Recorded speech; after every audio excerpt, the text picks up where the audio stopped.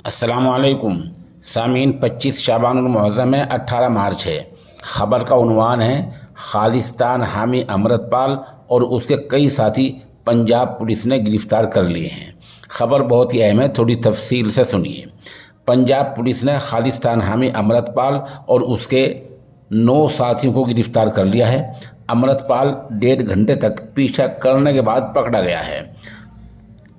हालात के बिगड़ने के मद्देनज़र पंजाब में इंटरनेट और एसएमएस खिदमात को बंद कर दिया गया है।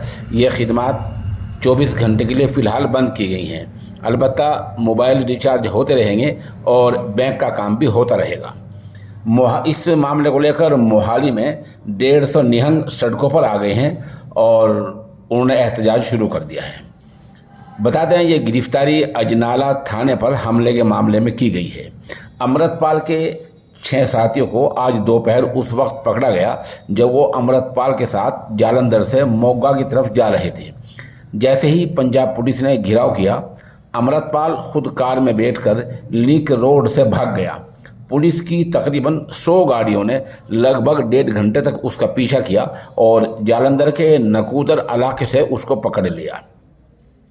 ताहम अमृतपाल की गिरफ्तारी की 1 घंटे पहले तक कोई सरकारी बाज़ाब्ता तस्दीक नहीं हो पाई थी।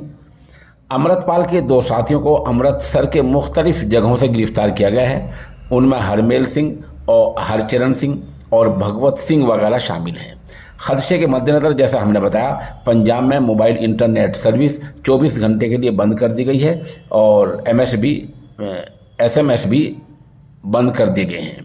दूसरी तरफ अमृतपाल की गिरफ्तारी के खिलाफ मोहाली में एहतजाज शुरू हो गया है। यहाँ चंडीगढ़ मोहाली बॉर्डर पर इंसाफ मोर्चा मौजूद लगभग 150 नहंग हाथों में नंगी तलवारें और लाठियाँ लेकर सड़कों पर निकल आए हैं। बता दें कि अमृतपाल के खिलाफ 3 मुकदमे दर्ज हैं, जिनमें से 2 मुकदमे ज़िला अमृतसर के अजनाला थाने में दर्ज हैं।